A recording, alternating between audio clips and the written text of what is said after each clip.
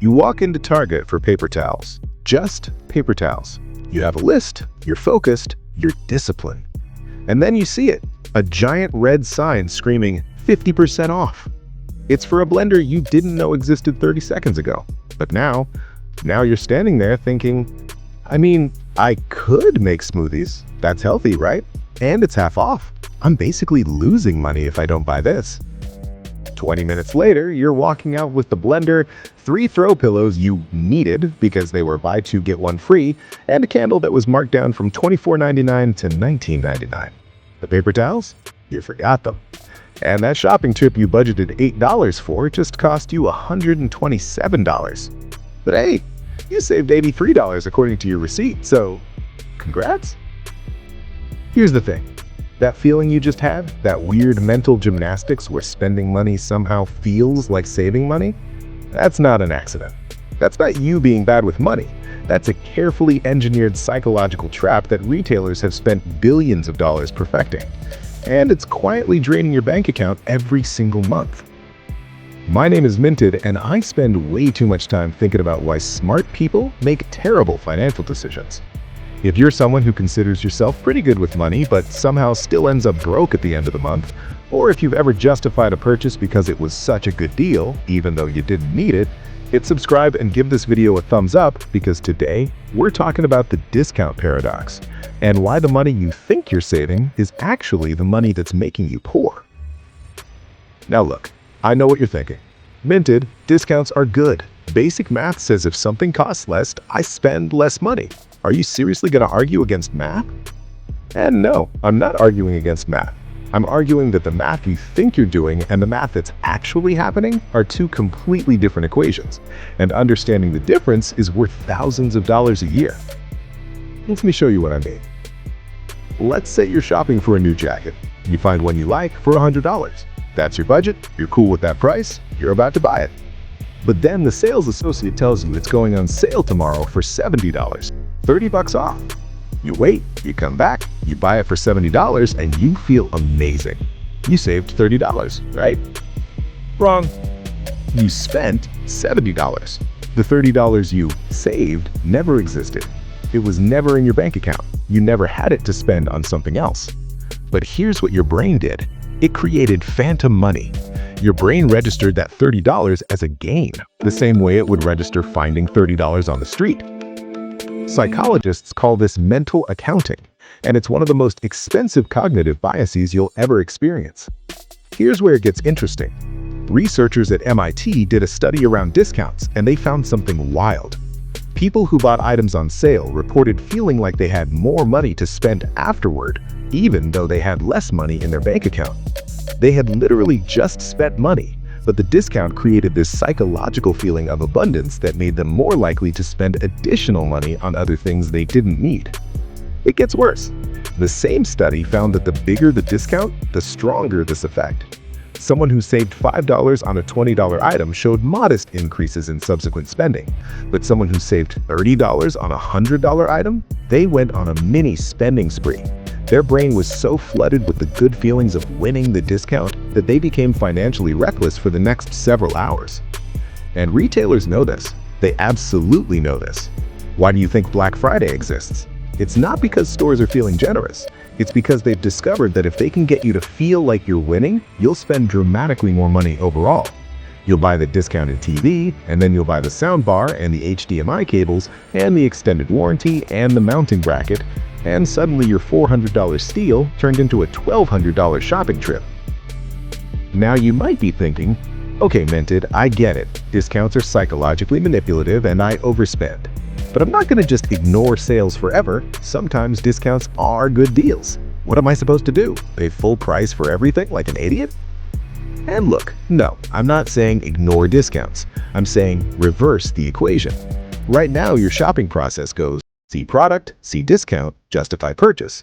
What it should be, identify need, set budget, then look for discount. The discount should be the last step, not the first. Here's what this looks like in practice. You need new running shoes. You know you need them because your current ones have 500 miles on them and your knees are starting to hurt. You research what you want, you decide on a model, you set a budget, let's say $120. Now you start looking for discounts. You check different retailers, you wait for a sale, you use a coupon code, you end up getting them for $90. You genuinely saved $30 because you were going to spend the $120 regardless. That's a real discount. That's actual savings. But if you're scrolling Instagram and you see an ad for running shoes that are 40% off and you're like, oh man, I should probably start running and these are such a good deal, and you buy them even though you haven't run in 2 years and you probably won't start, that's not savings. That's $80 you just lit on fire. The difference is intention. Real savings come from buying things you already decided you needed at a lower price. Fake savings come from buying things you didn't need just because they're cheap. Here's another thing most people don't realize. Discounts make you buy worse products. I know that sounds backwards, but hear me out. When you're hunting for deals, you're optimizing for price, not value. You're not asking, is this the best product for my needs? You're asking, is this the cheapest version of this category of product? So you end up with a closet of cheap clothes that fall apart, a drawer full of kitchen gadgets you never use, and a garage full of tools that break the first time you need them. And then you have to replace them, which means you spend more money long-term than if you've just bought the right thing at full price the first time. There's this concept in economics called buy it for life, and it's the antithesis of discount culture. It's the idea that sometimes the best financial decision is to buy the expensive version of something because it'll last 10 years instead of 2. But discounts train you to do the opposite, to buy the cheap version, have it break, buy it again, have it break again, and spend 3 times as much money over the same time period. Boots are the classic example. You can buy $50 boots every year for 10 years, that's $500, or you can buy $300 boots once that last 15 years. The discount feels good in the moment, but the expensive boots are actually 6 times cheaper over time. But you'll never make that calculation if you're discount trained, because your brain is optimized for the dopamine hit of 50% off, instead of the long-term value of this will last. So, here's what you do. Here's how you fix this. First, you need to divorce discounts from your sense of identity. Right now, finding a good deal makes you feel smart. It makes you feel like you won. And that emotional reward is what keeps you trapped in the cycle. You need to redefine what winning means. Winning isn't spending less than retail. Winning is spending less than you would have otherwise across all your purchases. Winning is having more money in your account at the end of the month. Winning is making progress towards your actual financial goals. Second, make a list before you shop. I know, revolutionary advice, but seriously, the list is your firewall. If it's not on the list, you don't buy it. Period. Doesn't matter if it's 90% off, doesn't matter if it's the last one in stock. If it's not on the list, it's a no. Third, and this is the big one, implement a waiting period on any unplanned purchase over $50. You see something on sale, you want it, great. Put it in your cart and walk away. Wait 24 hours. If you still want it tomorrow, if you've thought about why you need it and how you'll use it and it still makes sense, then buy it. But you'll be shocked how many times you come back and you're like, why did I want that? That 24-hour gap breaks the dopamine cycle. It gives your rational brain time to override your emotional brain. Fourth, track what you spend on discount purchases separately. At the end of every month, add up everything you bought that was on sale. Then ask yourself, how much of this did I actually need? How much would I have bought if it was full price?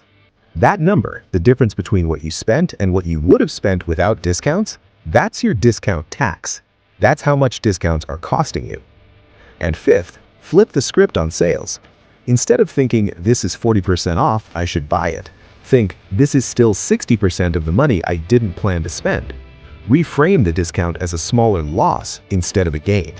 It sounds semantic, but it changes how your brain processes the decision.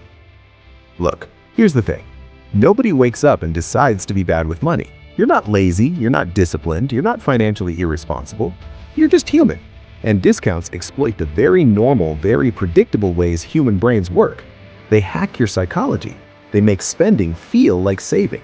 They turn shopping into a game where the house always wins. But once you see it, once you understand the trap, you can't unsee it.